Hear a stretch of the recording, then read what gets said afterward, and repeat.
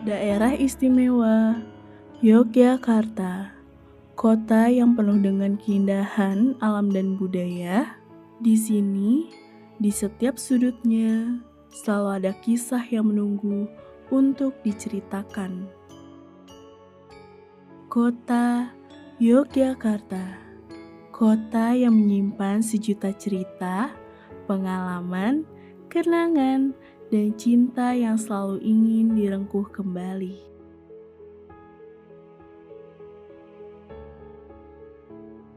Di barat Yogyakarta, ada sebuah kabupaten yang menyuguhkan kesejukan, keramahan, dan tradisi. Kulon Progo. Keheningan hidup di Kabupaten Kulon Progo mengalir dengan irama yang sederhana. Sebagian masyarakat berprofesi sebagai petani. Mereka memanfaatkan setiap jengkal tanah untuk bertahan hidup. Di setiap sudut desa, tradisi yang diwariskan turun-menurun dan masih hidup hingga sekarang. Kulon Progo menyimpan warisan budaya yang tak ternilai. Salah satunya adalah batik.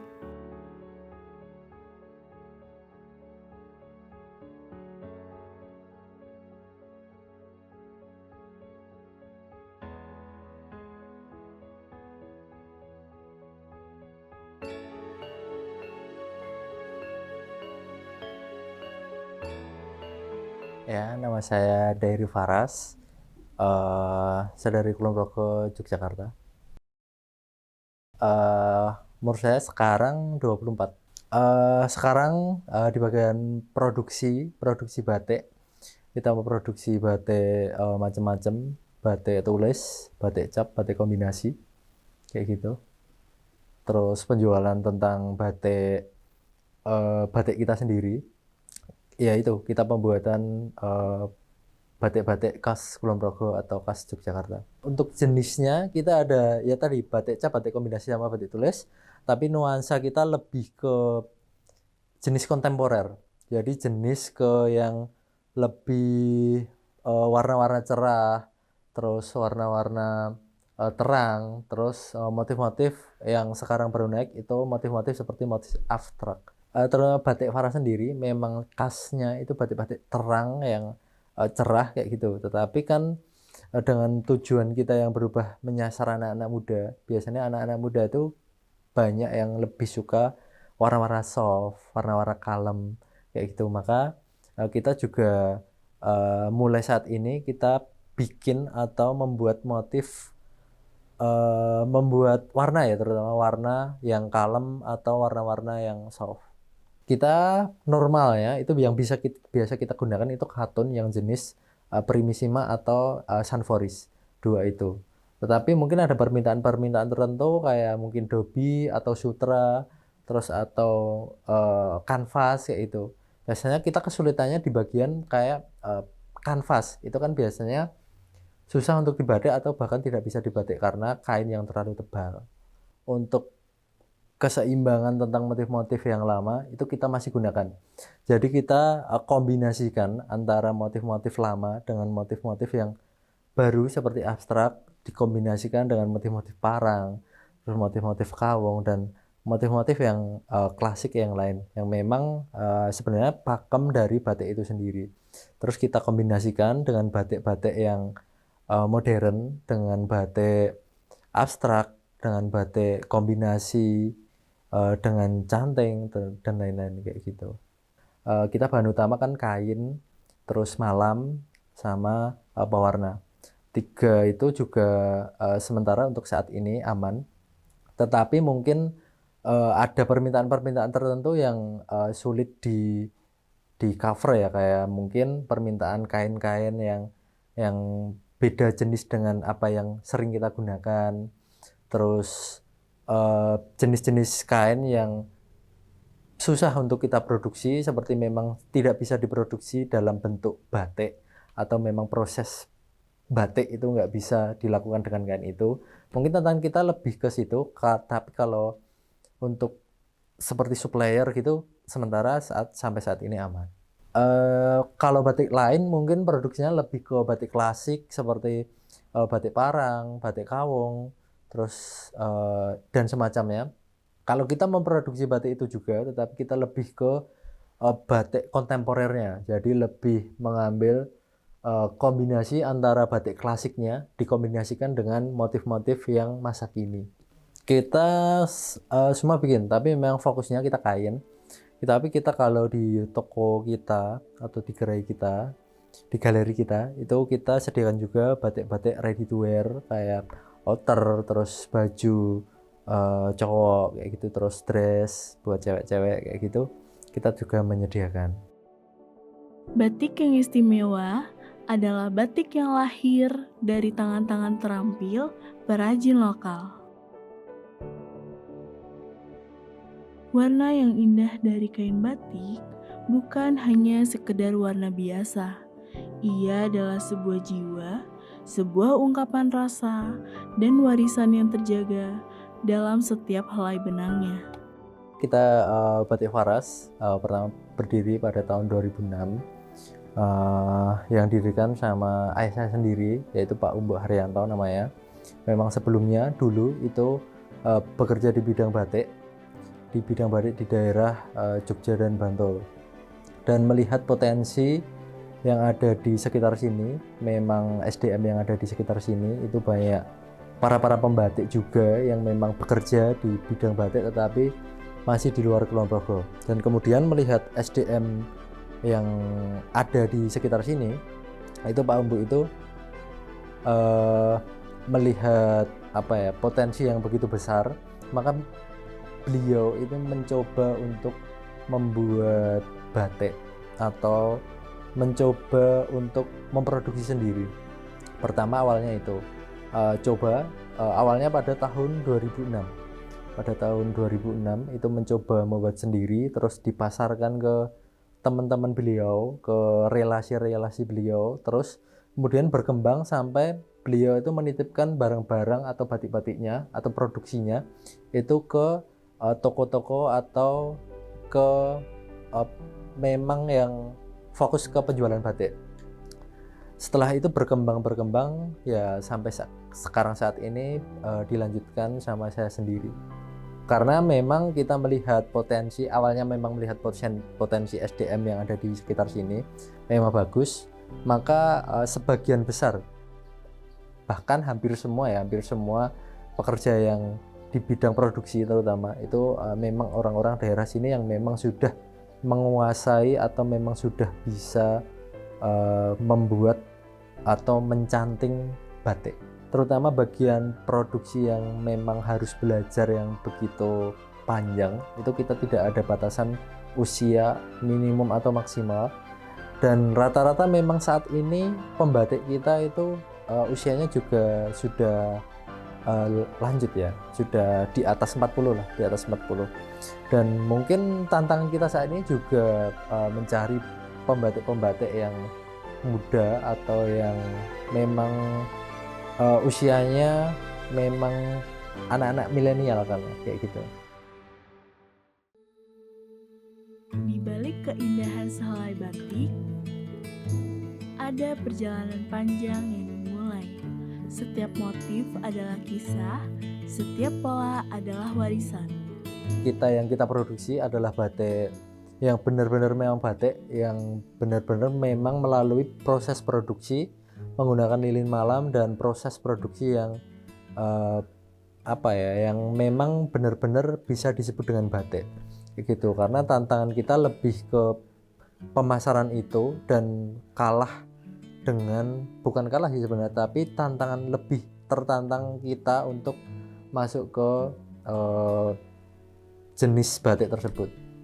Dari segi motif yang kita buat, kita pernah menang lomba desain motif batik khusus ikan. Kita pernah bikin itu kemarin juara 1 di itu kelasnya yang ngadain Kementerian Perikanan kalau nggak salah, Kementerian Perikanan. Terus kalau dari segi manajemennya sendiri, mungkin kita ada namanya OFOP. One Village One Product itu dari Kementerian Perindustrian. Kementerian Perindustrian itu kita sudah 3 kali dapat bintang. Itu kita yang pertama dapat bintang 3, yang 2 kali kita dapat bintang 2. Itu bukan turun, tetapi memang grade dari bintangnya itu sendiri berbeda. Kalau yang sebelumnya itu grade paling tingginya tuh 5, kalau sekarang grade paling tingginya cuma 3. Jadi kita sekarang dapat bintang 2 dari 3 kayak gitu.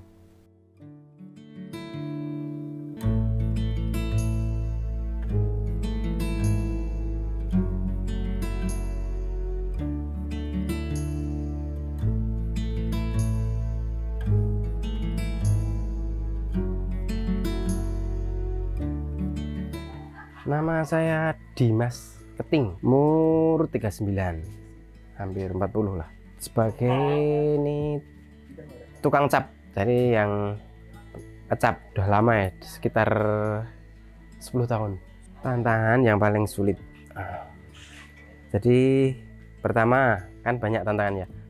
Ini cap yang terlalu rumit. Jadi banyak cecek, banyak. Nah, kan nanti keluarnya malam kurang bagus. Nah, itu pertama.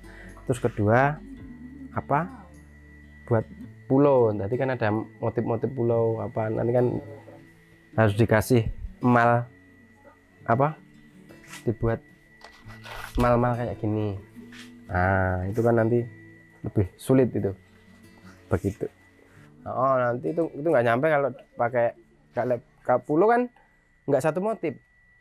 Ada sekitar 3-4 motif. Jadi ini harus ganti cap. Itu lebih lama, lebih sulit. Kalau ini kan satu motif ini namanya biur. Ini langsung kering. Ini cuman nggak sampai 1 menit. Ini udah kering. Nggak, nanti dijemur malah leleh. Dia punya malam malah leleh kalau dijemur. Ini kan harus dingin.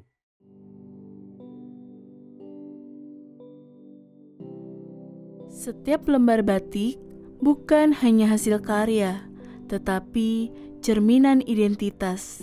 Di balik motifnya ada kerja keras, kesabaran, dan harapan yang diwariskan dari generasi ke generasi.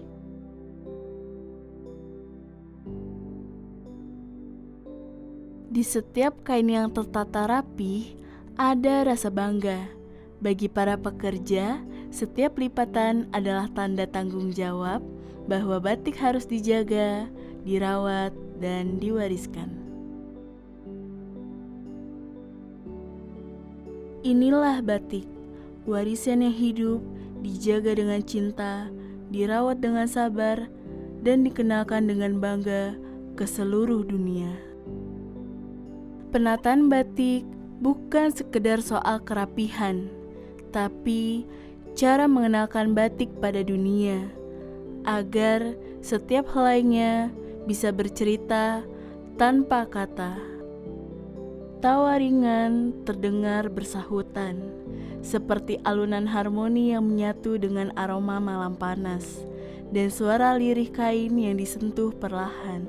Tak ada yang terburu-buru, semua dilakukan dengan sabar, karena mereka tahu batik bukan hanya produk, tetapi warisan.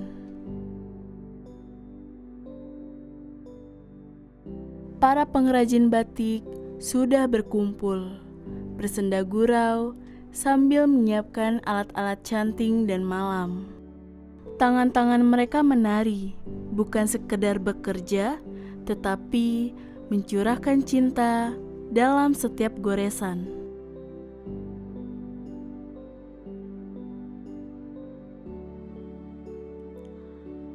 Kain direndam dalam larutan pewarna alami. Perlahan, warna meresap, memberi nyawa pada batik. Para pekerja, dengan kesabaran tanpa batas, memastikan setiap celupan menghasilkan warna yang sempurna. Di bawah matahari, kain-kain itu dijemur berkibar tertiup angin. Dari dapur produksi hingga ke tangan pemakainya, batik bukan sekedar kain, namun batik adalah budaya yang terus hidup. Batik bukan hanya sekedar simbol, melainkan nafas yang menyatu dalam kehidupan kita melalui goresan di atas kain. Sudah sejak lama Mas, ini sudah saya masih kecil sudah belajar batik. Kebetulan kan ibu saya juga batik, jadi saya sambil main itu ikut-ikut belajar gitu. Jadi sampai sekarang ini buat nyari nafkah. Seperti sudah menjiwai batik sejak dari kecil kan saya batik tadi. Memang itu apa ya, sudah jadi kesukaan atau kesenangan mungkin lah. Bahkan Mas sekarang jadi profesi membatik. Ya selain ibu rumah tangga lah, ini kerjaan sampingan saya gini. Batik ini Mas. Ya perasaannya ya mungkin karena sudah terbiasa ya Mas. Ya biasa saja. Mengikuti aluran apa ya? Ini keluarnya canting ini. Kayak seperti sudah apa? Ya bagaikan kayak makanan ya sudah begitu. Kalau sekarang ini kan ya mungkin ini prosesnya, kalau batik ini seminggu bisa ya. Tapi kalau paling sulit itu kan kalau zaman dulu saya membatik itu modelnya model itu keraton ya Mas. Ada parang, galar, geringsing itu. Tapi kan kalau sekarang ini modelnya kebiasaan kontemporer ya.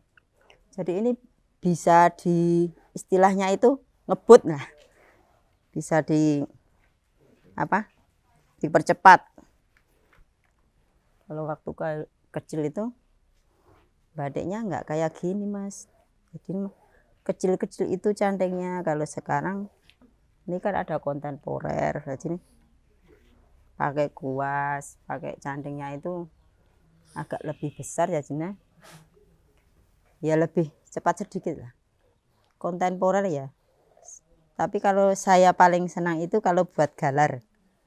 Galar itu kan di samping, kalau anggapan saya mudah ya.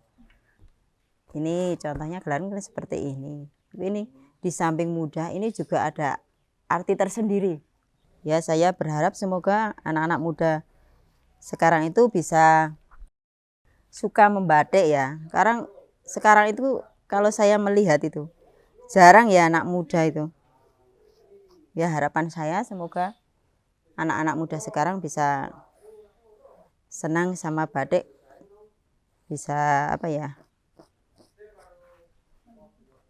bisa meneruskan dulu nenek moyang kita pada batik ya.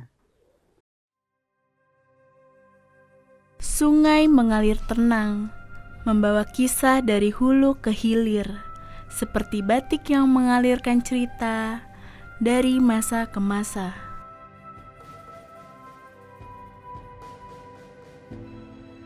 Jari jemari perlahan menciptakan sebuah goresan dengan canting di atas kain, memberikan sebuah harmoni di antara budaya, keindahan, dan warisan yang abadi.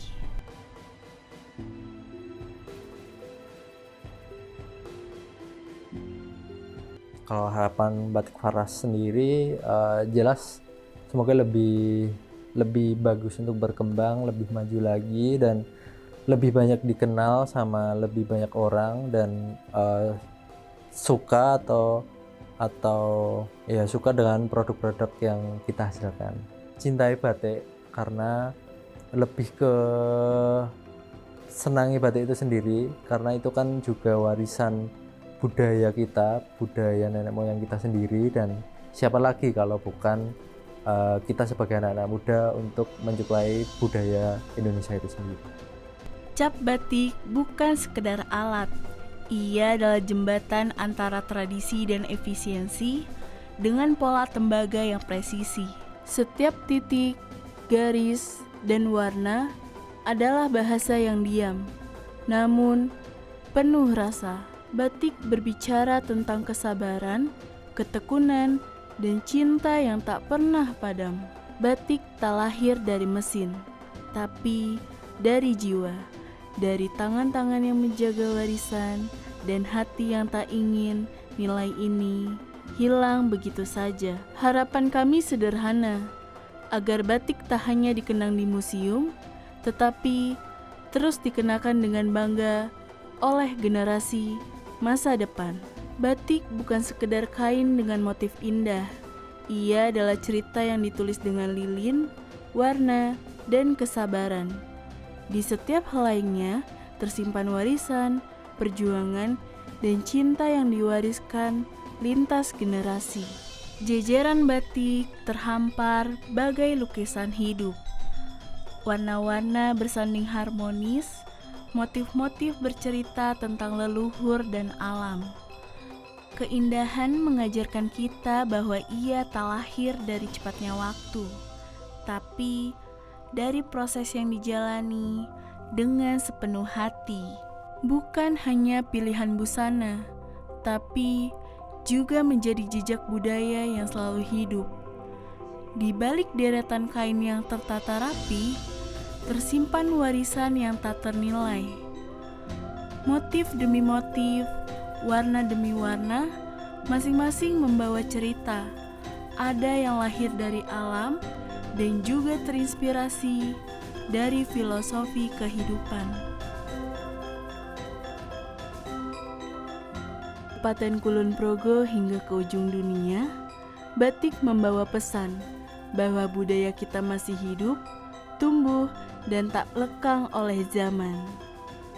Melalui tangan para perajin, kita belajar bahwa melestarikan batik bukan hanya menjaga tradisi, tapi juga menciptakan masa depan.